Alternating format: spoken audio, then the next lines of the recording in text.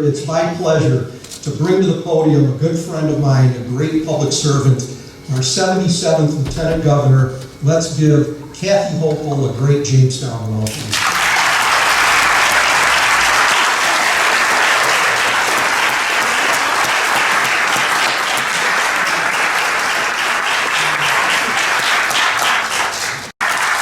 Sam and to Jones and Ed, thank you for doing an extraordinary job with this special event.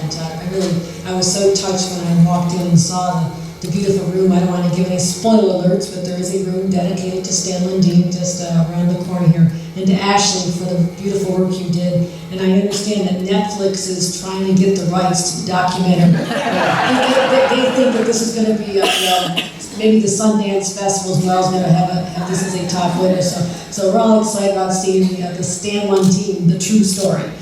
So that's me. And to Stan, to you personally, but also to your family. I've been in public service. This is my 25th year of elected office. And I also know the sacrifices that Sarah and John and Mark have had to deal with. And so to them, for offering up your beloved father, husband to the community as a very visible, very active, and often gone public servant, we thank you. Thank you. I want to give a special round of applause to the Lundine family.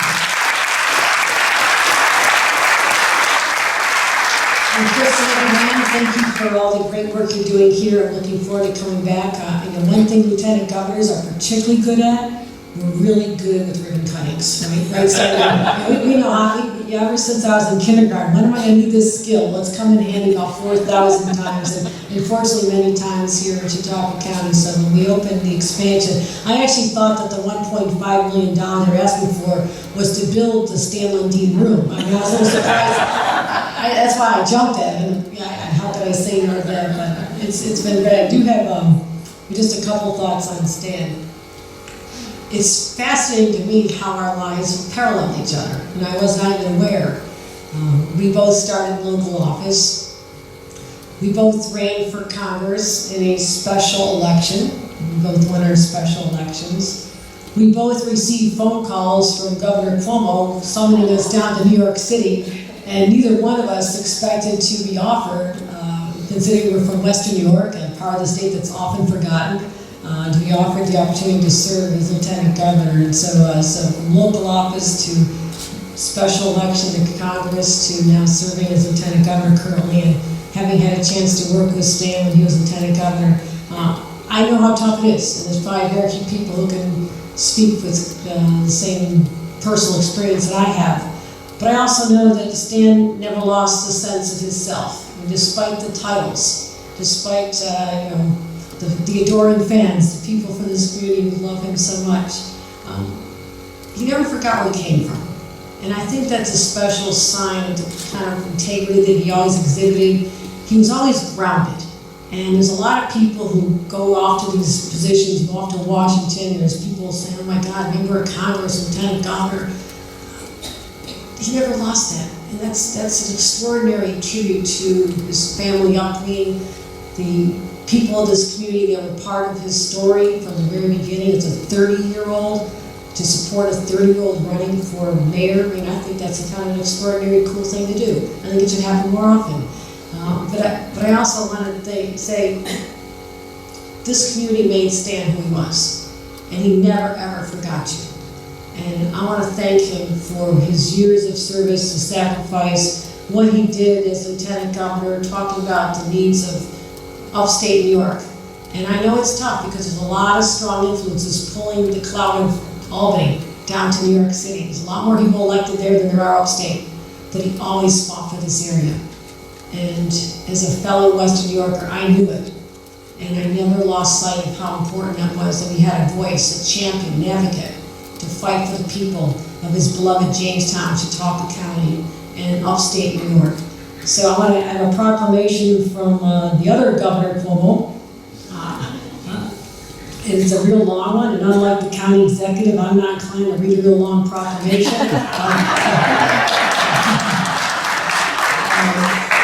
I'm sure his are better written. I don't know. I'm sure he just wanted, but it does talk about throughout his exemplary career, Stan's unwavering civic commitment and expertise made him an invaluable resource to everyone around him, from Governor Mario Cuomo to the countless people and organizations who benefited from your mentorship and your leadership. And so, Stan, from a grateful community, a grateful state, all I have to say with a heart full of gratitude is say thank you. Thank you for all you've done for people.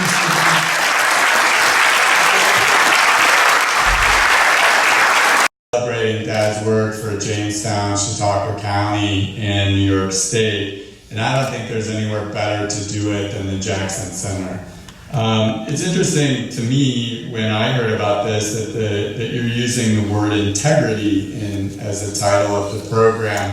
This is something that I've always related to my dad, or a word that I've related with my dad, not only in the public specter, but also in the person on a personal level.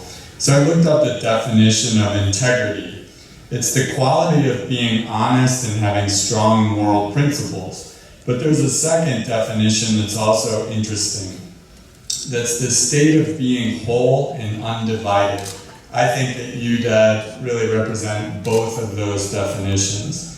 When I think about my dad, I can't tell the mayoral stories because I wasn't born in 1970, but I think back to the congressional years and then the lieutenant governor years, and I think about the campaigns. And my dad, particularly when Mark and I were really little, every 2 years had really difficult campaigns. But I think about the 1994 campaign when my father was running one last time with the late Governor Cuomo. So I was, I think, a sophomore in college and had a couple of days off on a fall break for the end of the campaign. And so I called Dad up and said, hey, I'd love to finish out this campaign with you. I didn't know it'd be your last campaign, Dad, but anyhow. So I call him up and I say, you know, what are we going to do these 4 days? And Dad says, oh, we're going to go to Schenectady and then Plattsburgh and Watertown and then Ithaca.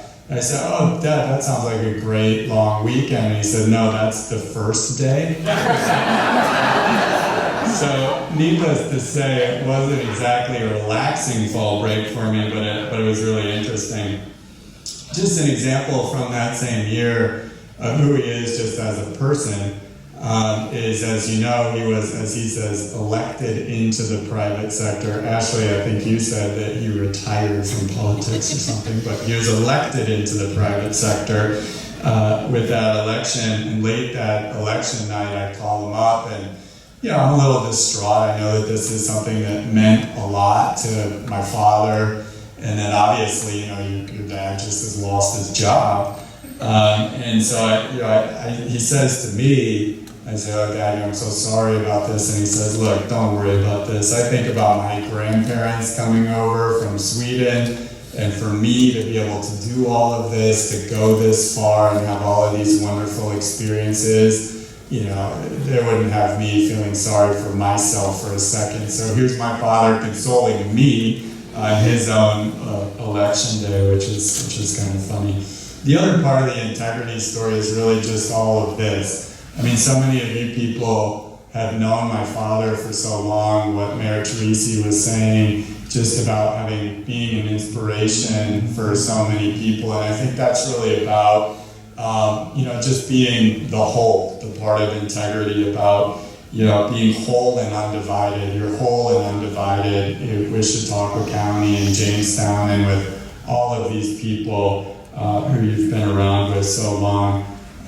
You know, Chuck Hall was talking about in the year 1932, so it was 72? So, starting to work with my father, and I mean, it's just a testament to so many people who've known you for so long. But Dad, I think, you know, there's more than just this story. I mean, I think we could be standing here celebrating someone who had a long career and really had a lot of integrity, but not, you know, lived his or her whole life as a good person, an honest person. But I think that, you know, this story is not unlike the story of Robert Jackson, that's partially about integrity, but more about how my dad used his integrity. he used it to work hard with acumen, honesty, and oneness or wholeness so that other people can live with dignity. Your money at work here. Hi, Greg. Yes. Amazing. Very nice.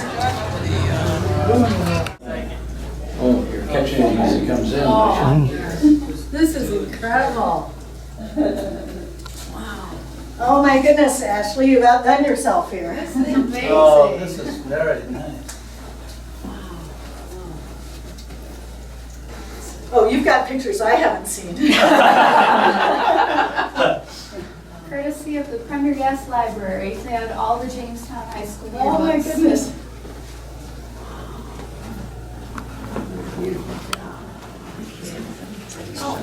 This one I know, his mom. Oh, yes. House on Huxley Street there. Okay. Oh, he There we would go. love this. You might have heard of this guy, John Koskinen. He ended up as IRS commissioner, but Oh, is that right? Okay. did all sorts They were of. going to do a debate team together. There's somebody from Hamburg. The lacrosse and the soccer stadium at Duke is named Koskinen Stadium after John.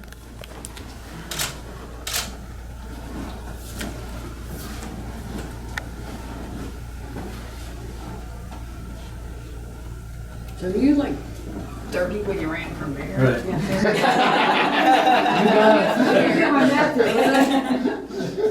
Wow. Yeah. We were worried about whether or not elderly Jamestown would vote for a young guy like that, but it wasn't a problem at all. That's I mean, the older people give me a break more than the middle-aged people, I think. I think we'll And- have to come back and and look we more got- carefully another will. time because We we're got a holding up. great group of them from the city council. Good majority then, and you're all set. Yeah. Yeah, the mayor had been elected by 2-1 2 years before, and all 12 were Republican city council. And we won 8 out of the 12. Is it a 2-year term? Yeah. And paid $10,500. I don't think I've ever seen this picture. Yeah. Oh my gosh. That's funny. Ashley, I don't even know how you did the This is technique for amazing. doing all this. This is a lot of work. Yes, You got Canva helped a lot. These look great. I'm glad you guys like it so far. Yeah, we really do. I do. And how do you think the color scheme works? The deep You blue know is very I nice.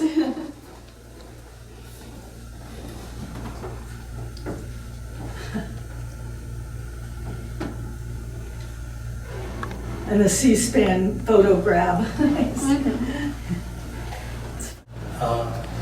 Memory is that at the groundbreaking for the bridge over the lake, my son John was just a little guy, and after the event with Governor Carey, he and I went out and skipped stones into the lake.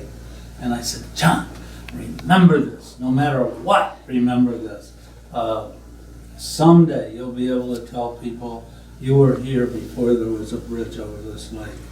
And so fast forward 30 years and we're out in a boat on the lake, and I said, John, you